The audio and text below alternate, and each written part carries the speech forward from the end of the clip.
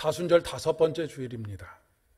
오늘도 우리를 구원하신 십자가의 은혜가 그리고 그분의 생명의 충만함이 저와 여러분에게 충만하시기를 진심으로 소망합니다. 그리고 십자가의 의미가 더욱더 선명해질 수 있었으면 좋겠습니다. 그러니까 저 사람은 예수를 믿는 사람인지 믿지 않는 사람인지 잘 분간하기가 어려워. 저 사람에게서는 하나님의 은혜가 그 삶에 있는지 없는지 참 분간하기가 어려워라고 하는 것이 아니라 저 사람은 참 하나님의 은혜 가운데 살고 있구나라고 하는 것이 선명하게 좀 드러나게 되는 그런 은혜의 계절, 믿음의 계절이 되실 수 있었으면 참 좋겠습니다. 그러기 위해서는 매일매일 은혜의 보좌 앞으로 나오는 것이 필요합니다. 이 자리에 나오시는 것뿐만 아니라 부득이한 사정으로 온라인으로 하나님 앞에 예배하는 그 일도 마찬가지로 하나님은 어디에나 계셔서 임마누엘 하시고 우리의 예배를 받으시는 하나님이시기 때문에 은혜의 보좌 앞에서 하나님께서 폭포수와 같은 은혜를 부어주시리라 그렇게 믿습니다. 여기서 중요한 것은 중단하지 않고 은혜의 보좌 앞으로 나아가는 것이 중요합니다. 큰 홍수는 바위를 뚫지 못해도 매일매일 이어 떨어지는 한 방울의 물은 바위를 뚫는 힘을 가지고 있는 것과 마찬가지로 우리가 매일 매순간 하나님 앞에 나아가게 되면 우리의 삶의 문제들 뿐만 아니라 우리의 마음속에서 무거운 짐이 되어서 내려놓지 못하는 모든 것들까지도 능력의 장중에 붙잡힘을 받아서 하나님께서 마음의 평안을 주시고 구원의 기쁨을 회복해 주실 줄로 믿습니다. 오늘 요한복음 12장 20절의 말씀에 보니까 명절에 예배하러 올라온 사람 중에 몇 사람이 헬라인이었는데 이 사람들이 예배하러 올라왔다가 예수님의 소문을 듣게 되고 예수님을 찾아왔다라고 하는 이야기로 말씀이 시작이 되고 있습니다. 지금 예수님께서 이 예루살렘 성전에 올라가신 절기가 6월절기이기 때문에 아마도 디아스포라, 그러니까 흩어져 있는 유대인들이 예루살렘 성전을 향하여서 하나님 앞에 예배하기 위해서 나온 그런 절기입니다. 1년에 3번은 하나님 앞에 나와서 큰 제사, 그러니까 6월절과 오순절과 장막절 이 세 절기에는 그가 어느 곳에 있든지 예루살렘 성전을 향하거나 그곳에 나와서 하나님을 예배하도록 한 그런 그 율법에 따라서 아마도 수많은 디아스포라들이 예루살렘 성전으로 모여들고 있었을 것입니다. 그런데 이 몇 사람은 유대인이 아닌 헬라인임에도 불구하고 예배하러 올라왔다라고 기록하고 있는데 그것을 통해서 추측해 볼 수 있는 것은 아마도 이들이 자신이 살아가는 삶의 자리에서 유대교로 개종을 한 그리스인이라고 그렇게 추정을 해볼 수 있을 것 같습니다. 그러니까 그 당시에 황제를 숭배한다든지 태양신을 숭배한다든지라고 하는 그런 그 종교의 테두리 안에서 마음의 공허함을 이겨낼 수가 없었던 가운데 유대교의 하나님의 이야기를 듣고 거기에 믿음을 가지고 신앙생활을 하던 사람이 요즘도 그러하지만 이 당시에는 더더군다나 흩어져 있는 디아스포라들은 1년에 한 번이 아니라 평생에 한 번이라도 예루살렘 성전을 방문해서 예배를 드리는 것이 그들의 인생의 꿈이었었습니다. 아마도 그렇게 여러 해를 작정하고 준비한 가운데 예루살렘 성전을 방문한 사람들이 아니었을까 싶습니다. 그런데 예루살렘 성전을 방문했는데 그들이 예수님에 대한 소문을 듣게 된 것이지요. 병을 고치는 일들로 뿐만 아니라 서기관과 바리새인들과는 전혀 다른 하늘의 음성을 들려주시는 그분에 대한 소식을 들었을 것입니다. 그래서 그들이 오늘 말씀에 보면 빌립에게 찾아와서 우리가 예수님을 뵙기를 원합니다 라고 그렇게 청하고 있습니다. 이렇게 성경에 보면 예수님을 찾아온 사람들이 기록되어 있지요. 니고데모가 그렇고 또 부자 청년이 그렇고 또 백부장이 그렇고 이 이외에도 여러 사람들이 있습니다. 어떤 사람들은 밝은 대낮에 찾아온 사람들도 있는가 하면 니고데모와 같은 사람은 한밤중에 찾아왔던 사람이지요. 어찌됐든지 간에 특색 있게 주목할 만한 메시지가 있는 사람들의 방문을 성경이 기록하고 있습니다. 예수님에 대한 호기심이든지 아니면 영생에 대한 관심이든지 아니면 인생을 어떻게 살아가야 할지에 대한 물음을 묻기 위해서이든지 아니면 다른 어떤 이유, 병고침을 위해서이든지 간에 은혜의 보좌 앞으로 예수님 앞으로 나오는 것이 참 중요합니다. 그리고 예수님 앞에 나왔다고 해서 그날 그 한시에 모든 것이 다 해결되는 것은 또 아니지요. 니고데모도 그렇고 특별히 부자 청년 같은 경우는 예수님께서 하신 말씀을 듣고 오히려 그 마음에 크게 근심하고 돌아갔다라고 그렇게 기록하고 있기 때문이기도 합니다. 그러니까 우리가 한 번 예수님을 만나는 것으로 모든 것이 다 해결되는 것이 아니라 예수님의 말씀을 듣고 그 말씀을 날마다 묵상하는 가운데 어느 순간 깨달아지는 순간이 있고 어느 순간 하나님께서 은혜를 베풀어 주셔서 믿음으로 확 불타오르는 그런 시간들도 있고 만나자마자 예수님께 무릎을 꿇는 그런 인생들도 있습니다. 어찌되었든지 간에 이렇게 예수님 앞에 나온 그 사람들에게 예수님께서 느닷없이 이 헬라인 몇 사람과 예수님 사이에 무슨 대화가 오고 갔는지는 성경에 기록되어져 있지 않기 때문에 잘 알 수 없지만 예수님께서 그들과의 대화 중에 갑자기 인자가 영광을 볼 때가 되었다라고 그렇게 영광을 얻을 때가 되었다라고 말씀하십니다.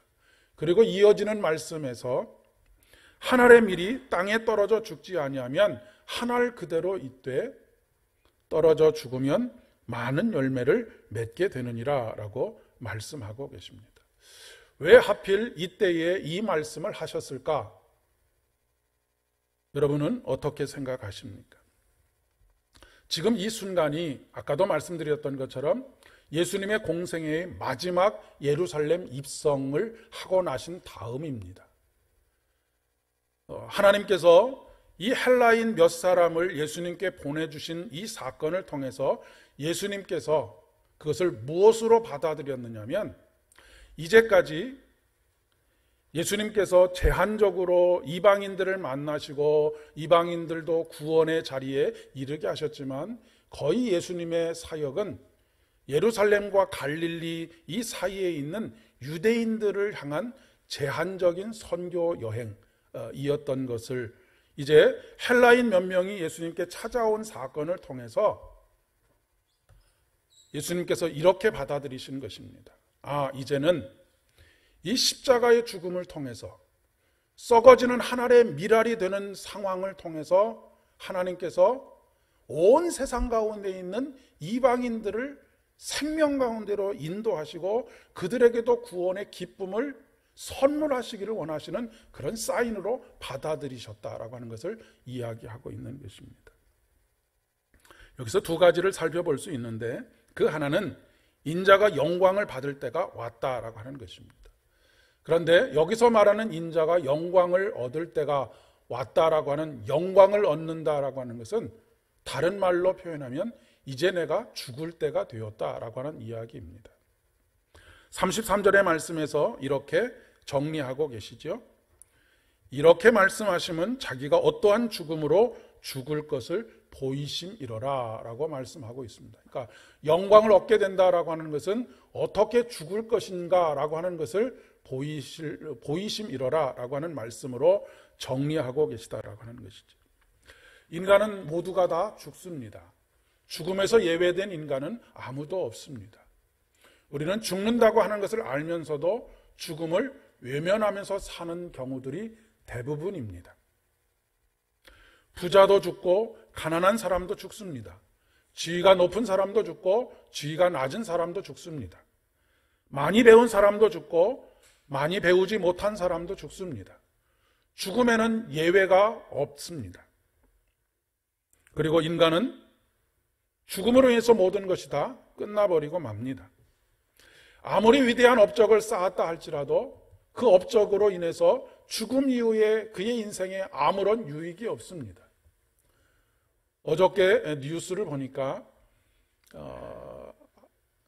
한국의 굴지의 기업을 이루었던, 북한에서 겨우 소 한 마리를 끌고 내려와서 굴지의 기업을 이루었던 정주영 회장님의 20주기 기념 이제 가족 모임에 대한 기사가 난 것을 볼 수 있었습니다. 얼마나 위대한 업적을 그가 맨손으로 이루었는지를 우리가 잘 압니다. 그러나 그는 그의 죽음으로 인해서 더 이상 사람들의 머리에 기억되기는 하지만 그가 누릴 수 있는 것은 아무것도 없습니다. 아무리 많은 부를 소유했어도 가져갈 수가 없지요. 빈손으로 왔으니 빈손으로 가는 것입니다. 이 땅에서 우리가 소중하다고 생각했던 것은, 그리고 우리가 의미 있다라고 생각해서 의미를 부여하고 그것을 지키기 위해서 그토록 몸부림을 쳤던 모든 것들이 죽는 그 순간 다 무의미한 것들이 되고 맙니다. 그토록 지키려고 했던 것, 그런 모든 것들이 남의 것이 되고 만다는 것입니다. 내가 누릴 수 있는 것은 이 땅에서 내가 사는 동안만 내가 누릴 수 있는 것이지요. 결국의 모든 것은 남의 것이 되고 맙니다. 그러니 우리에게 하나님께서 주신 것들을 어떻게 살아가는 동안에, 살아있는 동안에 사용하느냐라고 하는 것이 중요한 것이지요. 우리가 지키려고 하는 것은 마치 아침 이슬과 같은 것입니다. 아침 이슬은 해가 돋는 그 순간 잠깐 햇빛을 받고 영롱한 빛을 비추지만 이내 그 빛의 따사로움으로 인해서 증발해버리고 말게 되는 것이 아침 이슬입니다. 그러나 새벽 이슬은 영롱한 빛을 내지는 못하지만 그 새벽 이슬로 인해서 생명이 유지되고 생명이 살아나고 그 안에 더욱더 놀라운 생명의 역사들로 말미암아 열매를 맺고 꽃을 피우게 됩니다. 그런데 우리는 새벽 이슬과 같은 주의 은혜를 사모하고 그 은혜로 살아가려고 애쓰기보다는 잠깐 빛나는 그것을 위하여서 모든 것을 쏟아붓고 살아가지 않는가 싶습니다. 그러나 해가 떠오르는 그 순간 잠깐 반짝이던 그 이슬은 이내 아무런 흔적도 없이 의미도 없이 사라져버리고 마는 것입니다. 예수님께서 죽음을 영광을 얻을 때가 된 것처럼 말씀하시는 이유는 무엇일까요? 예수님의 죽음은 곧 하나님의 생명이 발현하는 곳이기 때문에 그렇습니다. 모든 죽음이 그렇다고 해서 영광을 얻는 것은 아닙니다. 주 안에서 죽을 때 그 죽음이 영광스럽게 되어지고 영광을 얻게 되는 것이죠. 여기서 영광은 생명의 주관자이신 우리 주님 자신이십니다. 죽음은 분명히 허무한 것입니다. 죽음은 모든 것을 무로 돌리는 것입니다. 그러나 우리 주 예수 그리스도 안에서의 죽음은 오히려 그 허물을 극복하게 하는 것입니다. 그리고 생명으로 이어지는 것이죠. 그것이 우리가 예수를 믿을 때 얻게 되는 영생입니다. 우리가 잘 산다라고 하는 것에 대한 심각한 오해가 있습니다. 우리는 돈이 많은 사람을 잘 사는 사람이라고 그렇게 이야기를 합니다. 왜냐하면 우리의 모든 가치의 기준이 돈에 있기 때문에 그렇습니다. 우리가 예수님을 믿든 믿지 않든 저 사람은 잘 사는 사람이야 라고 말하는 것, 돈이 많은 사람을 잘 사는 사람이야 라고 말하는 것은 우리가 말로는 예수님이 우리의 모든 가치의 기준이라고 말은 하지만 우리의 가치의 기준을 돈에 두고 사는 것과 크게 다르지 않습니다. 돈이 많고 여유가 많고 하고 싶은 대로 하는 것을 잘 사는 것처럼 생각하는 것은 굉장히 착각입니다. 부자가 된다라고 하는 것은 돈을 많이 갖고 살아가는 것뿐이지 그가 결코 잘 사는 것은 아니지요. 물론 부자가 되면 많은 여유를 누릴 수도 있고 여러 가지들을 향유할 수 있는 그런 인생을 살아갈 수는 있기는 합니다만은 그것이 곧 잘 사는 것은 아닙니다. 여러분, 산다라고 하는 것은 생명과 연결이 되어져 있지 않습니까? 산다는 것은 물질과 연결이 되어져 있는 것이 아닙니다. 그러면 삶은 어떤 것입니까? 삶은 생명의 근원이신 하나님과 더불어 살아가는 것이 사는 것입니다. 그러면 잘 사는 것은 무엇입니까? 매일매일 그 생명과 더불어 사는 것이 잘 사는 것입니다. 이번 한 주간도 잘 사시는 여러분 되실 수 있기를 바랍니다. 날마다 하나님과 대면하고 그분의 생명으로 충만하고 그분이 이 땅에서 우리로 하여금 예수를 믿는 그 순간 허락하여 주신 영생의 삶을 누리는 삶, 그것이 바로 잘 사는 것입니다. 그런데 우리가 영생을 죽음 이후로 미뤄두기 때문에 이 땅에서 잘 사는 것을, 돈을 많이 버는 것을 잘 사는 것으로 착각하면서 사는 것입니다. 그런데 예수님께서는 우리가 죽은 다음에, 우리의 육체가 죽은 다음에 영생을 얻게 된다라고 말하지 않고 예수님을 믿게 되어서 십자가에서 예수님의 죽음과 더불어 그 죽음을 경험하게 될 때, 그리고 다시 부활하신 예수 그리스도께서 우리의 부활의 첫 열매가 되신 것을 믿고 첫 번째 열매가 되셨다라고 하는 것은 무엇입니까? 우리가 두 번째 열매, 세 번째 열매, 수많은 열매들로 그렇게 살아간다라고 하는 것을 믿는 그 순간 이미 우리는 이 땅에서 영생을 누리며 사는 것입니다. 그리고 영생을 누리며 사는 그것이 바로 잘 사는 것이죠. 그렇기 때문에 예수님을 알지 못하는 사람은 아무리 노력해도 잘 살 수가 없습니다. 생명을 누리며 살아갈 수가 없기 때문에 그렇습니다. 오직 십자가 안에서의 죽음을 경험하고 그 은혜로 살아가는 사람이 잘 사는 것입니다.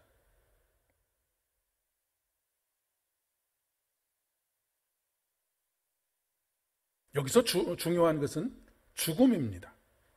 왜 죽음이 그토록 중요하냐면 죽지 않으면 다시 살 수가 없기 때문에 그렇습니다. 죽음은 생명으로 들어가는 관문이라고 할 수 있습니다. 예수님께서 부활의 첫 열매가 되셔서 생명으로 향하는 문을 활짝 열어놓으셨습니다. 그렇기 때문에 우리는 예수님을 믿는 우리들이 죽음을 두려워할 필요가 없고 오히려 죽음을 환희와 감격과 감사로 받아들여야 한다라고 하는 것을 이야기해주고 있는 것이죠. 예수님께서는 또한 한 알의 밀이 땅에 떨어져 죽지 아니하면 한 알 그대로 있고 죽으면 많은 열매를 맺느니라 라고 말씀하시는 이유이기도 합니다. 이 말씀은 십자가의 죽음을 의미하기도 하지만 또 다른 의미가 있다라고 하는 것을 이야기해 줍니다. 이 말씀을 하신 대상이 누구인지를 주목할 필요가 있겠습니다. 아까 말씀드린 것처럼 헬라인들입니다. 예수님께서 지금 이때가 하나님께서 자신의 죽음을 통하여서 이제까지는 유대인이라고 하는 테두리에 머물러 있었던 그 생명의 복음이 온 인류를 향한 복음으로 그렇게 선포될 것을 말씀하시는 것이죠. 저도 사과를 참 좋아하는데 사과 속에는 씨앗이 몇 개가 들어 있습니다. 그런데 여러분, 그 사과의 씨앗 속에는 얼마나 많은 수를 헤아릴 수 없는 생명이 들어있는지 모릅니다. 그런데 우리는 늘 우리가 따먹을 수 있는 사과에만 관심을 가지고 있습니다. 그런데 그 사과의 씨에는 수많은 생명의 열매들이 그 안에 담겨져 있는 것이죠. 지금 예수님께서는 자신 안에서 앞으로 썩어짐으로 말미암아서 자신 안에서 하나님께서 자신 안에, 자신의 이 십자가의 죽음 안에 감추어 두셨던 수많은 생명들을 보셨던 것입니다. 그래서 죽음이 육체적으로는 고통스럽고 피하고 싶은 것이었지만 끝내 외면하지 않고 기쁨으로 이 사명을 감당한 것이지요. 하나님께서는 오늘 우리들을 향하여서도 하늘에 썩어지는 밀알이 되라라고 말씀하십니다. 우리는 이 말씀을 단순히 누군가를 위해서 희생해라, 누군가를 위해서 헌신해라 라고 하는 말씀으로만 듣기 쉬운데 그렇지 않습니다. 하나님께서 우리에게 썩어지는 하늘의 밀알이 되라고 말씀하시는 이유는 마치 사과의 씨 속에 술을 헤아릴 수 없는 수많은 생명의 열매들이 담겨져 있는 것처럼 우리 안에 수많은 생명의 열매들이 담겨져 있기 때문에 그렇습니다. 우리가 십자가 안에서 이 죽음을 경험하게 될 때, 하나의 썩어지는 밀알이 되어질 때에 우리 안에 수많은 열매들이 맺혀지고 꽃이 필 것을 하나님께서 알고 계시기 때문입니다. 우리가 우리의 자녀들이나 주변에 있는 사람들을 볼 때에 그런 말들을 종종 하는 것을 보게 됩니다. 자녀들을 보면서 저 녀석이 사람 구실이나 할 수 있을까라고 하는 이야기를 하곤 할 때가 있습니다. 또 주변에 있는 사람들에게 이렇게 이야기할 때도 있지요.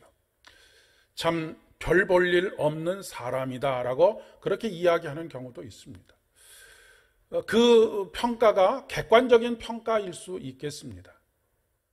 그런데 중요한 것은 십자가의 죽음을 경험하고 하늘에 썩어지는 밀알로서의 삶을 살게 되면 세상에서는 별 볼 일 없는 사람이 되고 세상에서는 사람 구실을 할 만한 사람이 되지 못할지라도 하늘에 썩어지는 밀알이 되게 될 때 하나님께서 그 안에 숨겨두신, 그 안에 심어두신 수많은 생명의 꽃들을 피우고 열매들을 맺는 인생이 될 것이다 라고 하는 것입니다. 그러니 여러분, 가장 중요한 것은 저와 여러분의 자녀들에게 하늘에 썩어지는 밀알로서의 삶을 살아갈 수 있도록 그 안에 십자가의 은혜를 불어넣어주는 것이 중요합니다. 우리 자신들도 마찬가지라고 이야기할 수 있습니다. 우리 자신들도 우리가 꽃을 피우고 열매를 맺는 인생으로 살아가기 위해서는 하늘에 썩어지는 밀알이 되어야 한다라고 하는 것을 이야기하는 것이죠. 아무리 땀을 흘리고 몸부림을 치고 수많은 노력들을 하여도 결국 하늘에 썩어지는 밀알로서의 삶을 살지 아니하면 그 모든 것이 다 허무한 것이 되고 맙니다. 그래서 솔로몬은 헛되고 헛되니 모든 것이 헛되다라고 그렇게 이야기를 하고 있는 것이죠.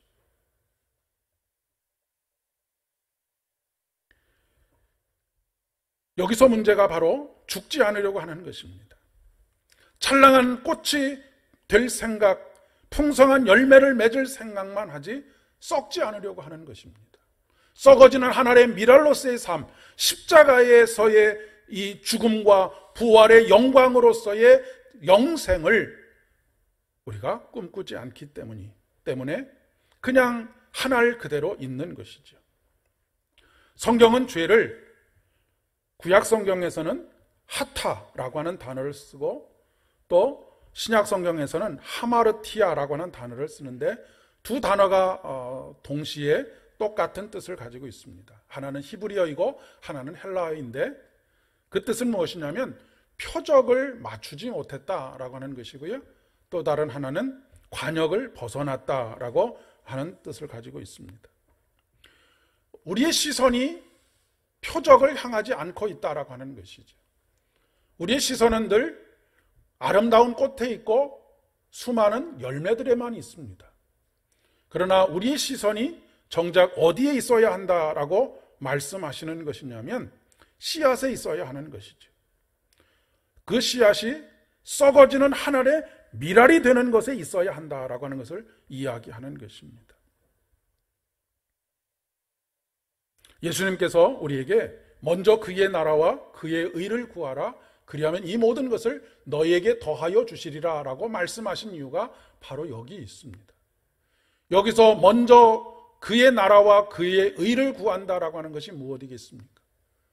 썩어지는 한 알의 밀알이 되는 것입니다. 그것이 바로 예레미야 31장에 나오는 말씀처럼 그분이 우리의 하나님이 되시고 우리들이 그분의 백성이 되는 것입니다.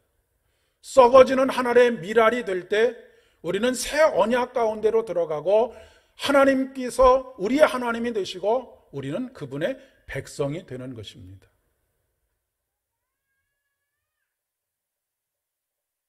예수님께서는 바로 이를 위해서 이때에 오셨다라고 말씀하십니다. 예레미야 31장 31절에 보면 보라 날이 이르리니 내가 이스라엘 집과 유다 집에 새 언약을 맺으리라 라고 말씀하십니다. 그리고 그 새 언약의 내용이 무엇이냐면 33절의 말씀입니다.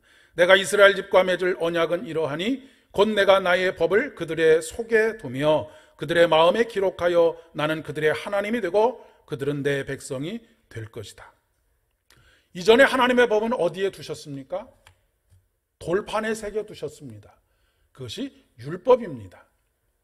이스라엘 백성들은 이 율법을 지키기 위해서 온 힘을 다 기울였습니다. 그러나 그들은 율법을 지키는 일에 실패하고 말았지요. 예수님께서 새로운 언약을 주신 이유가 바로 여기 있습니다. 32절의 말씀에 그들이 내 언약을 깨트렸음이라 라고 말씀하시면서 새 언약을 약속하십니다. 그래서 하나님께서 새 언약을 어디에 새기신다라고 말씀하시냐면 바로 그들의 마음속에 새기신다라고 말씀하십니다. 나의 법을 그들의 속에 두며 그들의 마음에 기록하여 라고 기록하고 있습니다. 이것을 사도 바울은 고린도후서 3장 3절의 말씀에서 이렇게 연결하고 있습니다. 너희는 우리로 말미암아 나타난 그리스도의 편지니 이는 먹으로 쓴 것이 아니요 오직 살아계신 하나님의 영으로 한 것이며 또 돌비에 쓴 것이 아니요 오직 육의 신비에 쓴 것이다 라고 말씀하고 계십니다. 우리는 오늘도 여전히 걱정과 근심과 불안과 두려움 속에서 살아갑니다. 왜 그럴까요? 그 두려움은 어디에 근원하고 있는 것일까요? 그 두려움은, 인간의 모든 두려움은 죽음에 있습니다. 모든 것이 무의미해지는 것에 있습니다. 죽을까봐, 썩을까봐입니다.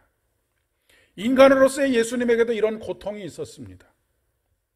오늘 복음서의 말씀에 보면 지금 내 마음이 괴로우니 무슨 말을 할까라고 그렇게 탄식하고 있는 것을 보게 됩니다. 그러나 그 두려움을 떨쳐버리고 하나님의 언약을 그가 받아들었을 때 그는 지금이 바로 영광을 얻을 때라고 하는 것을 알게 됩니다. 우리들도 그렇습니다. 우리의 인생이 허무함의 나락으로 떨어질 것에 대한 두려움이 저에게도 있고 여러분에게도 있고 인간에게는 모두가 다 이런 두려움을 가지고 살아갑니다. 그런데 여러분, 걱정과 염려가 생기는 것은 전혀 이상한 일이 아닙니다. 모든 인간은 다 죽음에 이르게 되는 존재이기 때문입니다.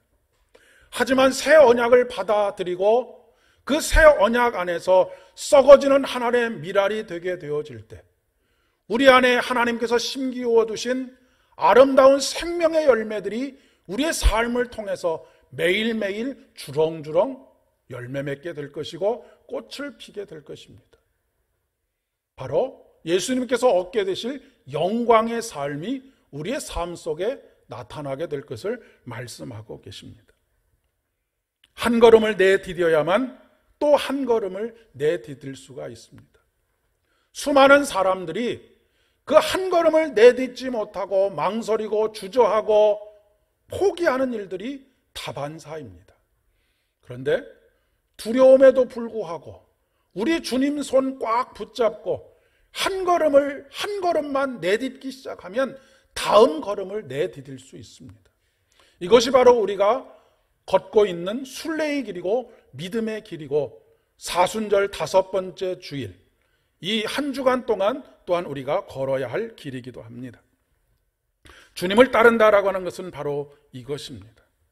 한 걸음 한 걸음 느리지만, 때때로는 머뭇거리지만, 때때로는 너무 두려워서 한 걸음 뒤로 물러서기도 하지만, 그 두려움 속에서, 걱정과 근심 속에서 붙잡은 예수 그리스도의 손을 더 꽉 붙잡고, 우리가 두려우면 두려울수록 아버지의 손, 아니면 내가 의지하는 어떤 사람의 손을 꽉 붙잡고 두려움 가운데서도 한 걸음을 내딛는 것처럼, 이 세상의 모든 것들 속에